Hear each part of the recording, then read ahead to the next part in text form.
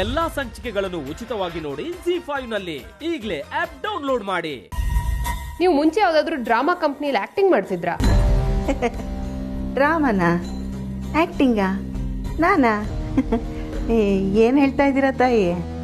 ಏದುಸ್ರು ಬಿಡ್ತಾ ಆಗ್ಲೋ ಈಗ್ಲೋ ಅಂತಿದ್ದವರು ಇಷ್ಟು ಬೇಗ ಚೇತರಿಸ್ಕೊಂಡು ಕೂಲಾಗಿ ಕೂತಿದಿರಲ್ಲ, ಏನಿದ್ರ ಮರ್ಮ?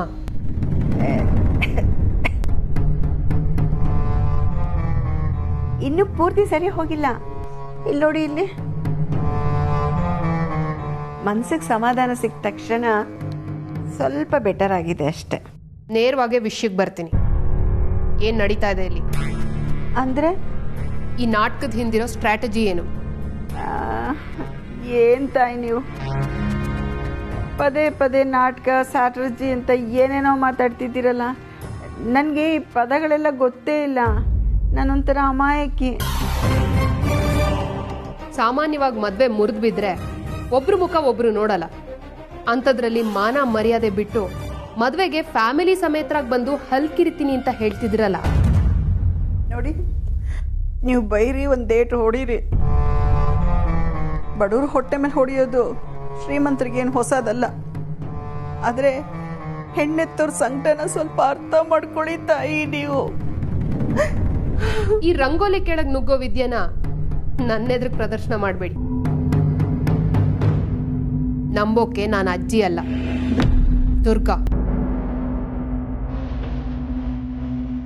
ಎಜೆ ಮದ್ವೆ ಶ್ವೇತಾ ಜೊತೆ ಫಿಕ್ಸ್ ಆಗಿದೆ. ಇನ್ವಿಟೇಷನ್ ಕಾರ್ಡ್ ಪ್ರಿಂಟ್ ಆಗಿ ಡಿಸ್ಟ್ರಿಬ್ಯೂಟ್ ಆಗ್ತಾ ಇದೆ.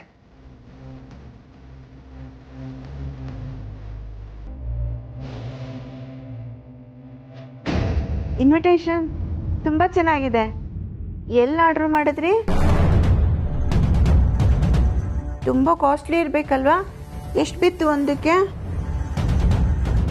ಅದು ನಿಮ್ಮ ಯೋಗ್ಯತೆ ಮೀರಿದ್ದು. ಇಲ್ಲಿ ನೋಡಿ, ನೀವು ಏನು ಗೇಮ್ ಪ್ಲ್ಯಾನ್ ಮಾಡ್ಕೊಂಡಿದ್ರೋ ಅದು ನನಗೆ ಗೊತ್ತಿಲ್ಲ. ಆದರೆ ಈ ದುರ್ಗಾನ ಮೀರಿ ಅಲ್ಲಿ ಏನೂ ನಡೆಯಲ್ಲ, ನೆನ್ಪಿಟ್ಕೊಳ್ಳಿ.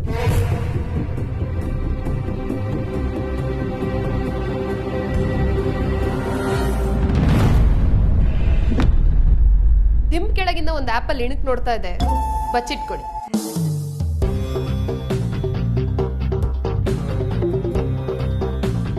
ಹುಷಾರು. ಏಜೆ ಕಣ್ಣಿಂದ ಬೇಕಾದ್ರೂ ತಪ್ಪಿಸ್ಕೋಬಹುದು, ಆದ್ರೆ ಈ ದುರ್ಗಾ